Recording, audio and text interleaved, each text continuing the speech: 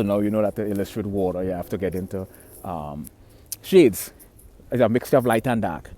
Light and dark. You would notice that if you put a very mild version of darkness, if you took a dark shade and you implement a very mild version of that dark shade on, let's say, an object, you will notice from a digital standpoint, you will notice it creates a ripple effect.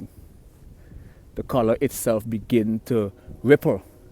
And when you zoom out, you begin to see a three-dimensional illustration of the ripple effect in water on a two-dimensional surface, and it's a fascinating phenomenon. What caused this three-dimensional interpretation or the optical illusion in the eye is because the darkness